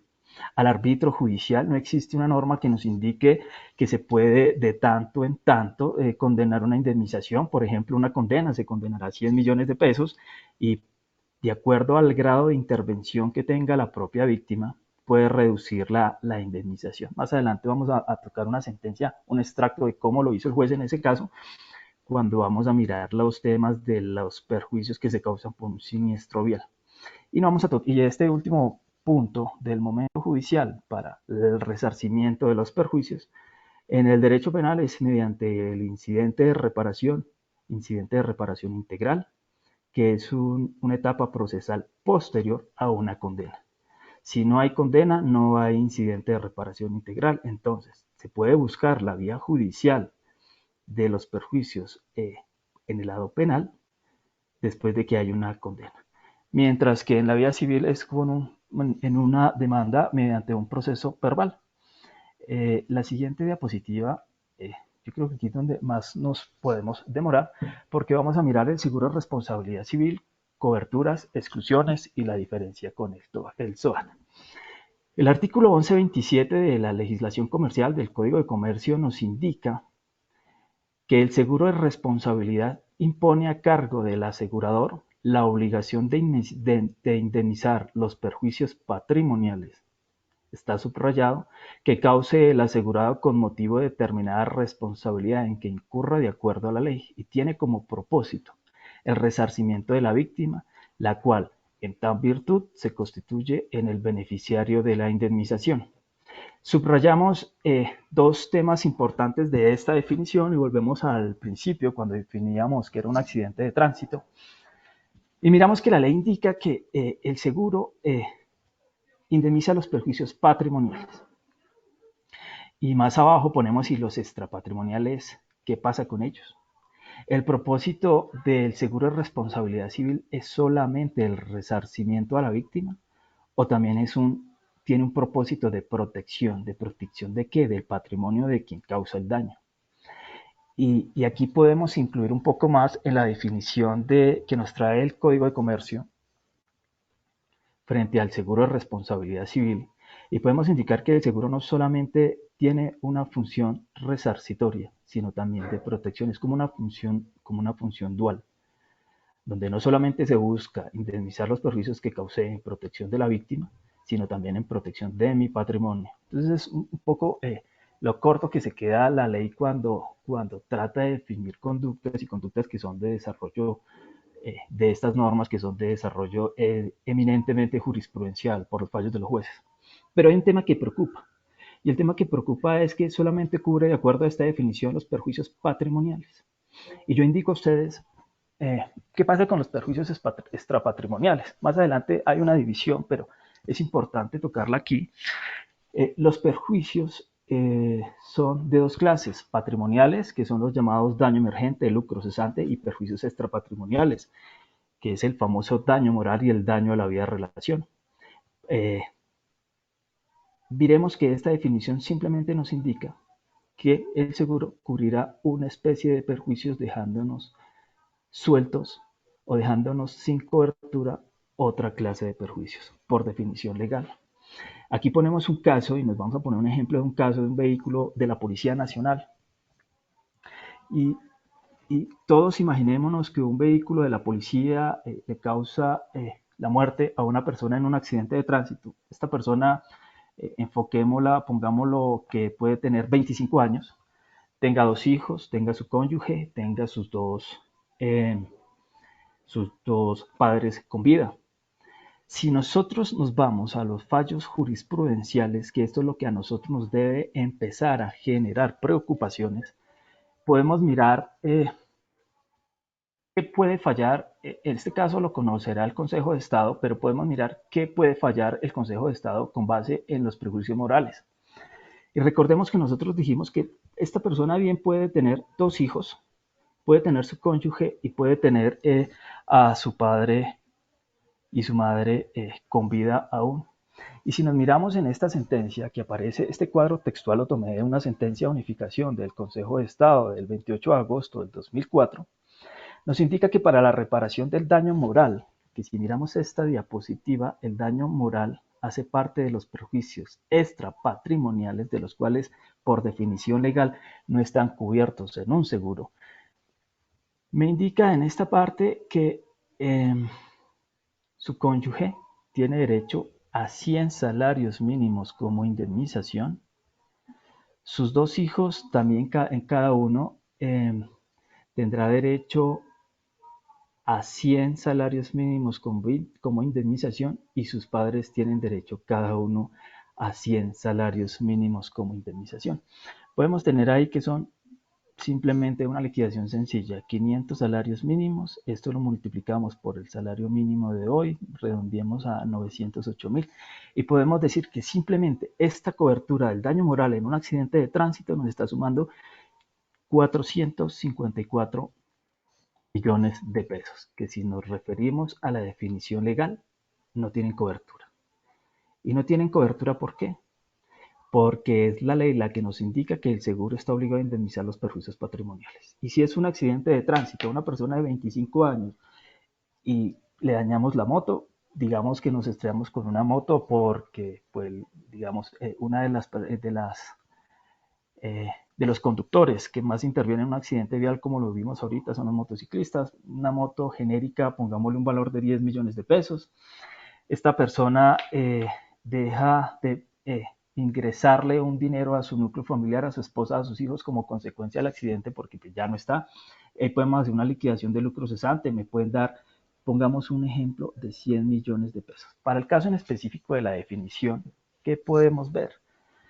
Decíamos que la indemnización del daño moral son 454 millones de pesos. Le podemos sumar los 100 millones de pesos, que es la ausencia del dinero que nos deja ingresar como un daño patrimonial, como un lucro cesante, que lo tenemos aquí al final, y el valor de la moto, digamos que esta moto sufrió una pérdida total. Podemos tener una indemnización total de 564 millones de pesos, de las cuales 110 millones de pesos tienen cobertura y los daños morales no tienen cobertura. Por eso muchas aseguradoras han hecho en sus clausulados esta definición que nosotros tenemos aquí. Y quisiera que ustedes hicieran la tarea de revisar si lo tienen o no. Y les voy a decir más adelante por qué. Porque se van a llevar ustedes los sustos cuando los siniestros ocurran y vean que sus aseguradores litigan o informan diciendo la ausencia de cobertura por este tipo de perjuicios. Vamos a mirar un fallo específicamente cómo lo hacen, cómo manifiestan o tratan de no pagar esa indemnización. Pero aquí nos dice este clausulado, que espero que su color no nos delate qué aseguradora fue. Nos dice que cubren la responsabilidad civil extracontractual, daños a terceros, cubrimos los perjuicios patrimoniales y extrapatrimoniales. Miren que aquí sí los incluyen, cosa que la ley no la trae. Y si esta parte de la información o de la incluir los perjuicios extrapatrimoniales, evitamos cualquier suspicacia, cualquier duda que le pueda generar al juez a decir que no tienen cobertura y sea el conductor, el propietario o la empresa los obligados a pagar lo que no tiene cobertura. Entonces terminamos de leer qué nos dice aquí este clausulado. Los perjuicios patrimoniales y extrapatrimoniales que sean consecuencia de daños causados por el asegurado o por una persona autorizada por él, a un tercero o a sus bienes provenientes de un accidente o un evento ocasionado por el vehículo asegurado. Esta es la definición que nos trae dentro de una cobertura general, dentro de una póliza de responsabilidad civil, llamémosla póliza a todo riesgo de un vehículo cualquiera. ¿Qué más coberturas tienen estas pólizas de responsabilidad civil? Tienen coberturas que pagan a lesiones, pagan los perjuicios causados por unas lesiones que se causan, por la muerte, por daños, y un tema demasiado importante en mi criterio es la asistencia jurídica. La asistencia jurídica que las compañías de seguros les presta o le puedes prestar a ustedes en un accidente de tránsito es completa, y cuando hablo completa es ellos hacen reconstrucción de accidentes de tránsito. Sé que algunas compañías de seguros tienen convenio con CESBI. CESBI es una de las empresas de mayor reconocimiento en este tema. Y llegan al proceso judicial a defender los intereses de la empresa, a los intereses del conductor, los intereses del propietario del vehículo y pues también sus propios intereses. Porque de una buena asistencia jurídica, pues la compañía se evita una condena y por consiguiente, si tiene cobertura la póliza de responsabilidad civil, pues ellos son los que tienen que asumir el pago. Pero ¿qué exclusiones tiene? Exclusiones pueden ser muchas y pueden ser de las que en sus clausulados o en sus contratos particulares de seguros aparezcan establecidas, pero por ley el dolo no está asegurado. Recordemos al principio que decíamos que el dolo es la voluntad consciente de causar un perjuicio o la intención de causar un daño a otro. Eso no está asegurado. La culpa grave por la regla general no está asegurada, pero en temas de responsabilidad civil, después de una reforma en el 90, se permitió la cobertura de culpa grave en temas de responsabilidad civil. Tampoco está cubierto por las pólizas de responsabilidad, por regla general, la muerte de parientes hasta el segundo grado de consanguinidad o conductores que están ejerciendo la actividad de conducir de los vehículos sin una autorización o cuando se usan los vehículos para competencias, actos de autoridad o cuando se usan los vehículos, cuando se le cambian la actividad, lo que nosotros conocemos como las plataformas ilegales. Ahí no tiene cobertura estos seguros, pero pues repito, estas exclusiones son muy particulares en cada póliza. Las diferencias con el SOAT podemos tener varias, entre otras que el SOAT es obligatorio. Las pólizas de responsabilidad civil, por regla general, no son obligatorias y es obligatorio el SOAT tanto para la compra como para la venta. Es muy común y han habido reportajes televisivos donde el SOAT en algunas regiones del país no les gusta venderlos, llamémoslo así, a las sucursales a temas de motociclistas, pero el SOAT tiene unas coberturas específicas, gastos médicos, quirúrgicos, hospitalarios. Eso tiene una cobertura de hasta 800 salarios diarios vigentes, tiene una cobertura de indemnización por incapacidad permanente hasta de 180, muerte y gastos funerarios hasta 750, transporte 10 salarios vigentes, transporte desde el momento del siniestro hasta el centro asistencial. Cuando un vehículo no cuenta con el SOAT, el ADRES asume este cargo con una subcuenta que ellos tienen que se llama la subcuenta ECAT, riesgos catastróficos y accidente de tránsito. Esta subcuenta es la que se encarga de pagar lo que el SOAT hubiese pagado normalmente si el vehículo lo tuviese. El problema de no tener SOAT es que puede pensar uno, bueno, no tengo SOAT, pero para eso está el ECAT, para que pague o cubra los perjuicios del accidente de tránsito. El único problema es que el ECAP tiene una facultad y es cobrarle a la persona que tuvo que haber tenido el SOAT los gastos que se causaron como el accidente. Es como un recobro que hace el ADRES al responsable de la omisión de no tener su seguro obligatorio. Aquí ponemos una casilla de unificación, que es la unificación. Se ha intentado varias veces en Colombia unificar los dos seguros, tanto el de responsabilidad civil como el SOAT, dejar las coberturas del gasto médico, quirúrgico, indemnización, muerte y gastos de transporte como unas, llamémoslo, unas subcoberturas de los seguros de responsabilidad civil. Pero pues esto tiene un trabajo bastante fuerte y obviamente ya un SOAT no valdrá lo mismo que puede valer ahorita, sino sus valores incrementan y pues esto ya puede tener una repercusión social fuerte. Acá miramos ya el tema de los perjuicios, las vías judiciales para su resarcimiento. Siempre se han dicho que los mecanismos alternativos de solución de conflicto, y aquí las colocamos como la conciliación o la transacción, son accesorios. En lo personal, siempre recomiendo utilizar estos dos mecanismos y no llegar a los procesos judiciales. Primero, por la razón de ser de que en un proceso judicial dejamos en manos de un tercero, bien sea el juez, que determine la responsabilidad, el grado de responsabilidad y la indemnización de los perjuicios. Mientras que si usamos la conciliación y la transacción, nosotros mismos con intervención de un tercero llamado conciliador en el primer elemento de la conciliación, podemos poner fin a una controversia, llegar a un acuerdo y en esa conciliación puede hacer parte la compañía aseguradora, donde ella puede comprometerse a hacer unos pagos.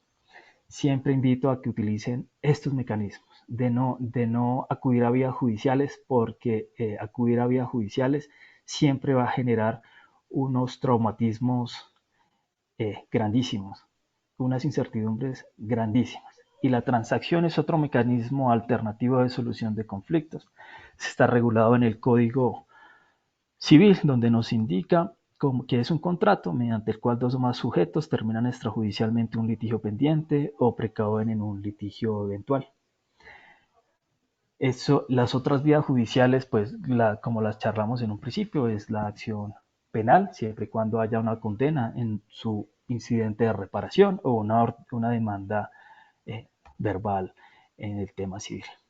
Y ya para terminar, vamos a mirar casos en específicos, que era cuando les hablaba a ustedes sobre la definición legal del 1127 del seguro de responsabilidad civil.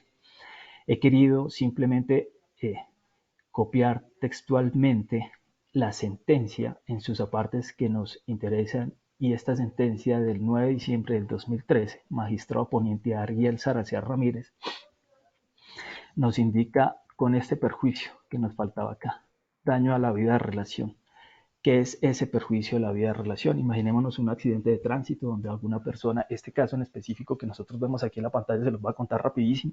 Fue un accidente de tránsito en San Andrés donde iba un motociclista por la vía, una retroexcavadora estaba estacionada y de un momento a otro arranca haciendo una U, se le atraviesa y se produce la colisión.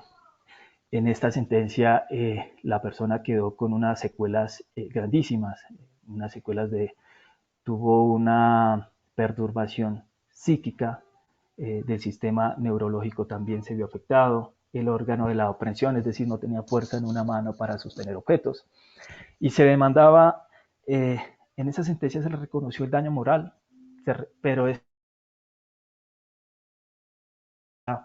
el daño a la vida de relación que nos falta aquí. ¿Y qué es eso del daño a la vida de relación? Es la sola privación objetiva de la posibilidad de realizar actividades cotidianas como practicar deportes. Esta persona ya no puede practicar deportes, escuchar música, asistir a espectáculos, viajar, departir con los amigos, una vida social también con la familia, disfrutar del paisaje, comportan un daño a la vida de relación que debe ser resarcido. Pero miremos que ese daño a la vida de relación también es un perjuicio extra patrimonial, aparte del daño moral.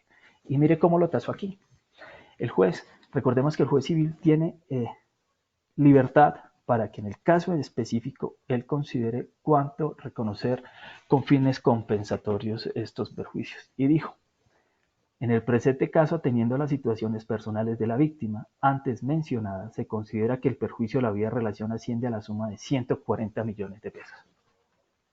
Pues el accidente le produjo graves y permanentes lesiones que afectaran su desenvolvimiento personal, familiar y social por el resto de su vida. No obstante lo anterior, recordemos que si la víctima participa o se expone imprudentemente en derecho civil, puede haber disminución de la indemnización, pero a la final hay una condena. Y dice el magistrado aquí, lo anterior, la cantidad será disminuida a la mitad por la concurrencia de causas que dijo el tribunal y que no fue desvirtuada en este recurso. ¿Qué pasó en este caso en específico? El motociclista tenía un grado de embriaguez. Entonces, lo tasó en 140 millones de pesos y nosotros habíamos hecho, digamos, olímpicamente, entendámoslo de esta forma, un ejercicio matemático. Y hizo una disminución del 50%, es decir, 70 millones tendrá que pagar el propietario de la retroexcavadora, la empresa y el conductor. Pero miremos que por definición legal eso no tiene cobertura.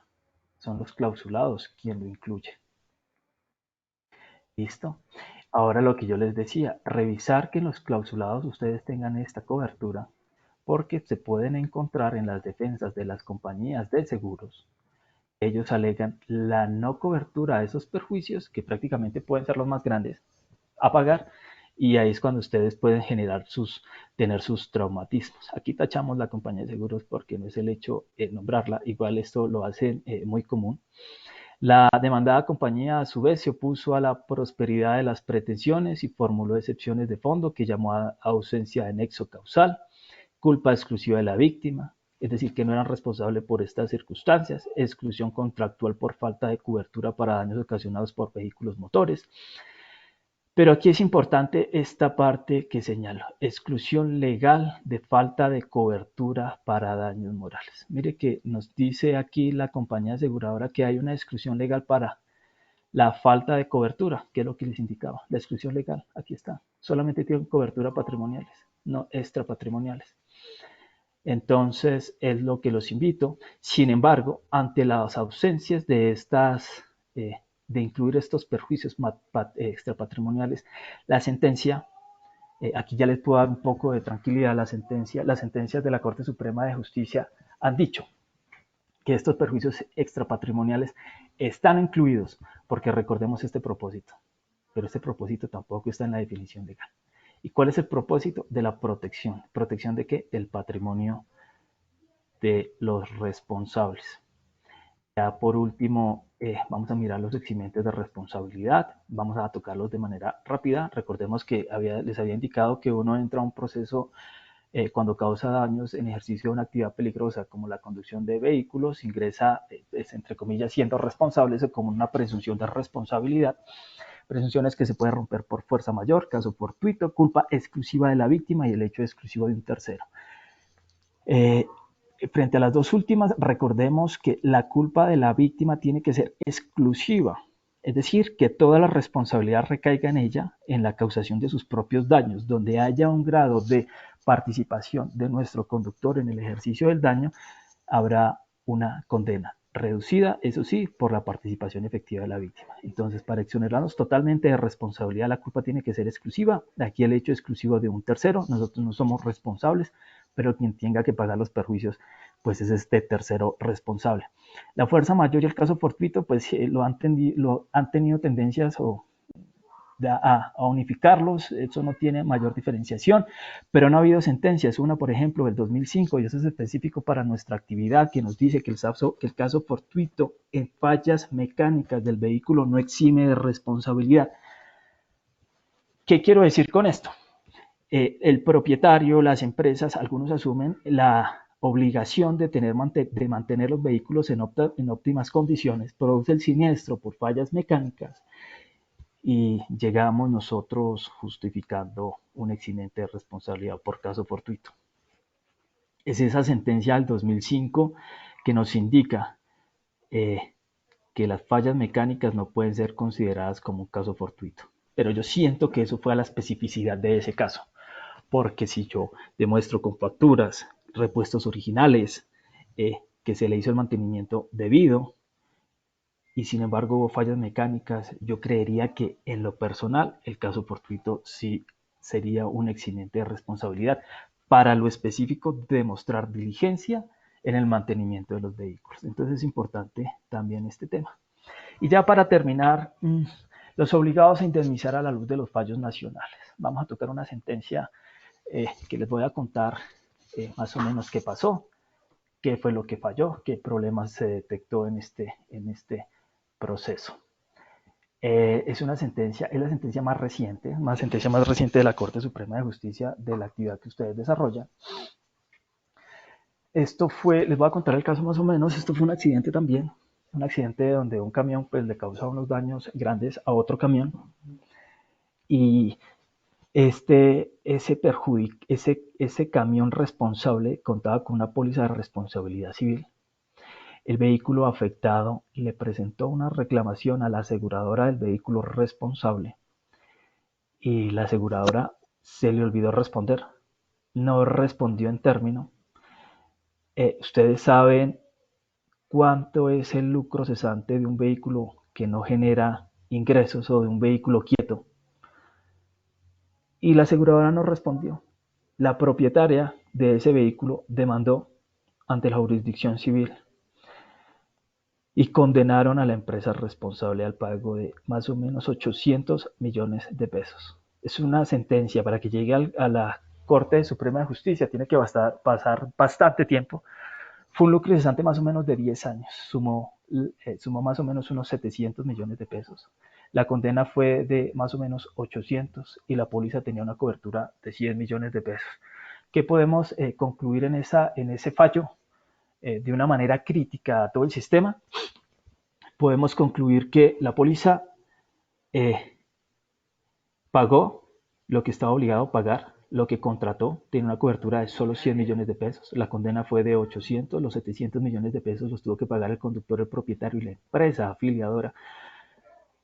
Pero ¿por qué se generó ese fallo tan grande? Por la ausencia de la aseguradora de responder. La aseguradora no respondió en término, respondió después diciendo que le ofrecía un dinero, esa señora no lo aceptó y demandó. Recordemos que yo les había indicado a ustedes que uno de los mecanismos más óptimos para solucionar un conflicto es la conciliación. Yo siempre invito a las empresas de transporte o a los representantes o los litigantes de las empresas, busquen a las víctimas, traten de cerrar esos conflictos de manera anticipada, no se vayan a los litigios, porque esta sentencia fue tan alta por todo el tiempo que pasó. Fueron más o menos 10 años. Si se hubiera conciliado en 2 años, obviamente el lucro cesante no hubiese sido tan alto. Tengan un trabajo coordinado con las compañías de seguros. Confíen en sus compañías de seguros. Es lo que les puedo indicar. Y ya por último, porque me ha pasado algunas empresas de ustedes que he tenido la oportunidad de asesorarlos, frente a los accidentes de tránsito donde se comete un delito, bien sea las lesiones personales o los homicidios, a los encargados del transporte o a los gerentes. Mire, los patios no se pagan. Tengan presente que los patios por inmovilización de accidente de tránsito no se pagan. Efectivamente, el dueño del parqueadero donde reposa nuestro vehículo inmovilizado tiene derecho a cobrar la custodia del bien, pero el que está llamado a pagar esos patios es la Fiscalía General de la Nación. Ustedes pueden revisar por internet, existen bastantes sentencias de tutela de la Corte Constitucional donde obligan a los parqueaderos a entregar los vehículos a los propietarios sin haber pagado previamente ese propietario el costo de la inmovilización. Y en las mismas sentencias le indican a los propietarios que tienen todas las acciones jurídicas para solicitar ese pago, esa prestación de depósito del vehículo a la Fiscalía General de la Nación, porque fue la que dispuso la inmovilización y la disposición más o menos es legal, porque pues al vehículo hay que hacer un peritaje. Es importante que ustedes tengan presente eso, porque en Bogotá en Bogotá no lo pagan. En Bogotá ustedes, la fiscalía les da el oficio y los patios de allá en Álamos, que es donde los guardan, entregan el vehículo sin ningún inconveniente. Pero en regiones remotas del país que suceden estos accidentes de tránsito, ustedes tienen que pagar. y tiene que pagar unas sumas altas porque el valor de custodia de un vehículo pesado es mucho más alto que un vehículo particular, en primera medida. Y en segunda medida, pues ustedes pagan, se ahorran a veces una tutela con unos términos que pueden generar por el tema del lucro cesante. Es un tema que quiero dejar ahí en el cenicero, llamámoslo de esa forma, que tengan presente que no tienen obligación de pagar una inmovilización como consecuencia de un accidente de tránsito. Quiero agradecerles por la atención que me prestaron y yo creo que aquí terminamos este tema de las consecuencias penales y civiles de un siniestro vial. Muchas gracias.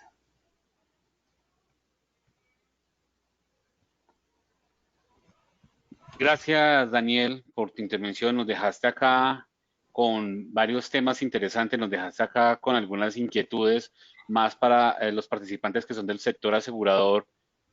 Nos dejas acá con algunos retos para resolver esas inquietudes. Bueno, vamos a comenzar a resolver algunas preguntas que nos dejan acá del grupo. Vemos acá una pregunta de Salazar Lariet.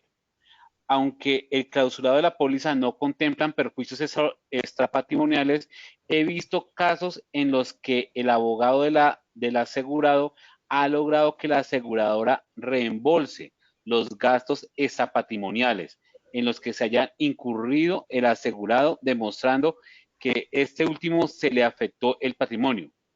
Es decir, que la aseguradora no le paga al tercero como extrapatrimonial, sino al asegurado como afectado del patrimonio. Perfecto, perfecto. Esa pregunta es muy importante frente a la reforma que hubo al Código de Comercio o en la póliza de responsabilidad civil de 1990. En un principio, la víctima no tenía acción directa. ¿Qué es esto de acción directa? No tenía la opción de demandar directamente a la compañía de seguros, pero en el 90 sí se le dio esa facultad, es decir, demandar directamente a la compañía de seguros. Es por esta razón que uno, por regla general, presenta una reclamación.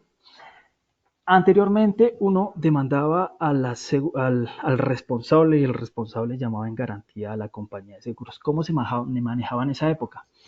Se condenaba al asegurado y el asegurado acudía a la aseguradora para que le reembolse ese dinero. Hoy en día, mire, y me pasa a mí cuando yo presento reclamaciones directas en representación de víctimas. Le presento una reclamación a la compañía de seguros y la compañía de seguros en su formato me llama y me dice, lo que pasa es que esto no tiene cobertura de daños extrapatrimoniales. Pues ahí lo que yo le digo, lo que pasa es que a mí los perjuicios no me los define la póliza como víctima, a mí los perjuicios me los define el hecho y yo tengo derecho a que me indemnicen esto o esto o esto de acuerdo a la responsabilidad civil. Si la compañía de seguros tiene cobertura de solo de patrimoniales, perfecto, pero pues tengo derecho a los extrapatrimoniales porque así va a salir el fallo de responsabilidad civil.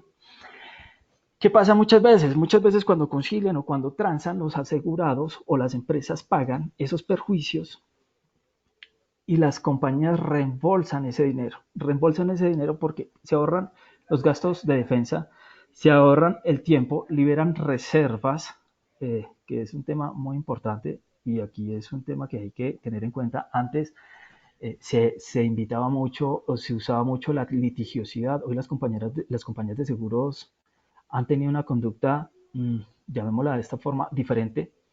No digo que mejor, porque en cada caso hay que valorarlo en específico, pero han conciliado o están conciliando más casos mucho mejor. No sé si son por temas comerciales o por el régimen de responsabilidad o por la imposibilidad de desvirtuar una culpa de la víctima, pero las aseguradoras están conciliando en gran medida. Y cuando los asegurados a veces pagan, obviamente existen entre los clausulados unos compromisos, llamémoslo así, donde dice que a usted le queda imposible como asegurado reconocer responsabilidad, porque pues, donde reconozca responsabilidad, yo soy su garante y tengo que pagarla. Pero muchas veces en un trabajo coordinado, que es lo que yo siempre he invitado entre conductor, empresa y aseguradora, pagan una indemnización y a pesar de que no tengan la cobertura de daños extrapatrimoniales, consensualmente las aseguradoras ingresan o los pagan. Pero eso ya es un tema de manejo interno. y, como quien dice, de lograr el resarcimiento de la víctima, evitarnos un litigio que además en tema penal, valga la aclaración, va a ser muy complejo para el propietario porque su vehículo queda con una limitación a la propiedad, el vehículo no se puede vender hasta tanto el proceso penal no termine. Entonces yo creo que esa es la razón de ser de las compañías de hacer estos reconocimientos que en últimas los hacen porque les indicaba la Corte Suprema de Justicia ha dicho que la razón de ser de seguro como protección del patrimonio del asegurado tiene que tener cobertura, así no esté definido en la ley o así no esté incluido en la póliza, este tipo de coberturas extrapatrimoniales. Ok, perfecto, Daniel. Muchas gracias. Estamos pasados de tiempo. Tengo acá dos preguntas más. Les recuerdo, por favor, diligenciar la encuesta de satisfacción de esta charla que estamos dando. Como tú comentas, Daniel, sí, las aseguradoras están teniendo un cambio en su modelo de negocio. La atención al cliente es lo más importante en este momento. Por eso vemos que las aseguradoras ahorita están más cerca del cliente desde su área de administración de riesgos, desde su área comercial, desde ese mismo trabajo que hacen con los intermediarios, de formarlos, de acompañarlos, es para eso, para que el cliente se sienta más cerca de la aseguradora, se sienta más como un aliado estratégico y saber esas necesidades, no solamente negarles los siniestros como siempre lo ve uno, sino también de conocer las necesidades y acompañarlos en ese evento que está presentando. Acá nos escribe el señor Carlos Cárdenas. En el decreto 348 del 2015 se expresa que el seguro de responsabilidad civil debe incluir el amparo de perjuicios inmateriales. ¿Qué nos comentas ahí, Daniel? Perfecto, así es. El decreto que nos indica el 348 del 2015 tiene esa inclusión. Sin Sí, embargo, ¿aló, me escuchan? Tiene esa inclusión, sí, señor, te escucho. ustedes revisen las pólizas, los clausulados de las pólizas. Hay compañías de seguros que no hacen esto, no los incluyen. Las compañías de seguros alegan, como les muestra ahí, no cobertura de esos perjuicios, pero ya interviene ahí por disposición de esa ley tema de superintendencia financiera. Dejemos el seguro en últimas, el seguro es un servicio, es un contrato, y en lo que especifica de los clausulados, existen unas reformas de la superintendencia financiera donde nos dicen que, mire, el tema de las exclusiones de los perjuicios, llamémoslo así, o de las exclusiones, tienen que estar en la primera hoja de la póliza y con caracteres destacados. Las pólizas tienen que estar en manera clara.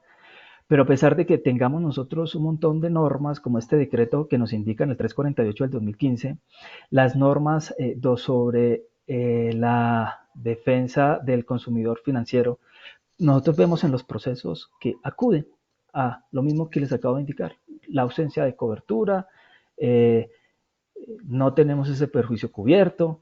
Bien puede ser que el decreto no lo incluya y nosotros podemos decir que existe una omisión en la cobertura de ese decreto, pero vuelvo y repito, los jueces, los magistrados, los jueces ya están diciendo, mire, por el simple hecho de que existe una protección patrimonial por parte de la póliza de responsabilidad civil, se entiende que los perjuicios que causa el asegurados son de tanto índole patrimonial como extrapatrimonial. En virtud de los principios de reparación integral, esa es la razón de ser de esa póliza, responsabilidad civil, proteger el patrimonio del asegurado, por lo tanto ordenan a pagar, así no esté incluido dentro de las pólizas, y especifican el tema de que estas cláusulas hay que tenerlas como no escritas, como no en cuenta dentro de los seguros en el evento que aparezca.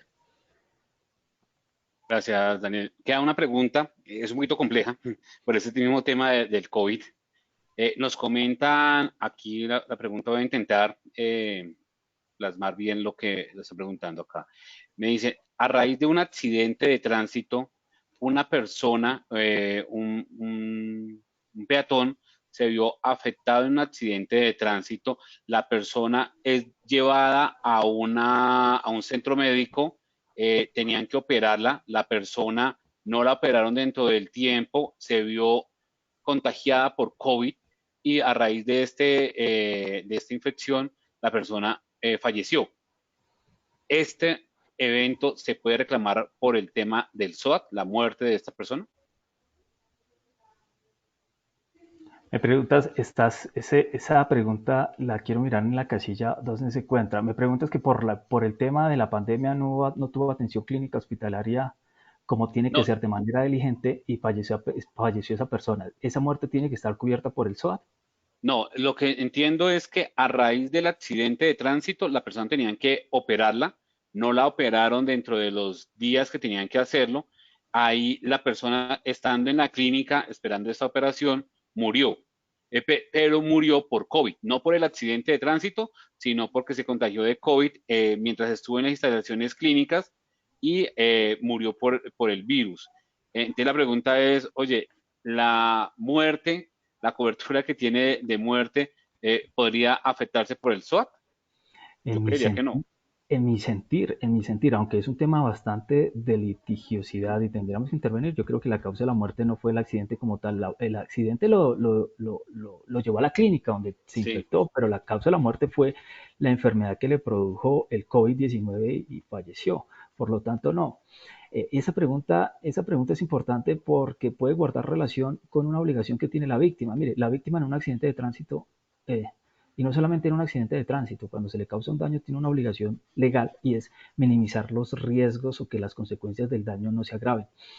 En específico, pongamos un caso muy rápido, porque sé que estamos cortos de tiempo, yo le fracturé la pierna a una persona, pero pues si esta persona nunca fue a tratamiento médico, nunca fue al hospital, no fue a rehabilitación, no fue a ortopedia, no hizo todo lo necesario para recuperar su pierna, o de pronto se infectó o le dio gangrena, viene a mí a cobrármela en un proceso de responsabilidad civil porque pues me indica que yo eh, le, con el accidente le, le causé la pérdida de su extremidad inferior. Ahí existe el principio que la víctima tiene el deber moral o el deber legal de minimizar los riesgos o las consecuencias gravosas del daño. Yo estoy obligado simplemente a pagarle la fractura en la medida que el juez, se lo dejamos al juez, mire cómo lo tasa, pero pagarle la amputación en absoluto. En absoluto, ¿por qué? Porque la víctima también tiene una obligación. Entonces, en el caso que usted me pone, lo miro también de esa forma. Yo soy responsable de lo que causo, no lo que puede causar terceras personas o lo que puede causar como consecuencia de la víctima. Ya para mí es un evento ajeno la pandemia, ¿sí? Ya para mí es un evento ajeno que se haya contagiado y que se haya muerto de ese caso. El SOAT, en principio, creería yo que no pagaría esa, esa contingencia, llamémoslo así, ese siniestro. listo, Daniel, sí, muy clara esa respuesta. Bueno, no veo más preguntas. Igual las preguntas que tengan, que inquietudes que tengan, nos las pueden hacer llegar al grupo de T y nosotros podemos responderles por este mismo canal. Les agradecemos mucho por este tiempo que nos han dedicado, por esta charla tan importante que nos ha dado el día de hoy, José Efraín y Daniel, en temas que son de interés para todo el grupo de transportes. Consideramos que estos temas de webinar toca seguirlos trabajando y los estaremos invitando a un próximo evento que realicemos. Les agradecemos a José, a Daniel, por habernos acompañado el día de hoy y no sé, si hay algún otro comentario o observación, con gusto queda el micrófono abierto.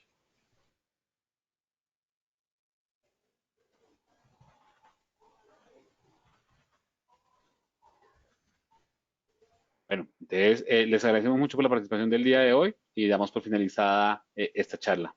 Que tengan un muy buen día.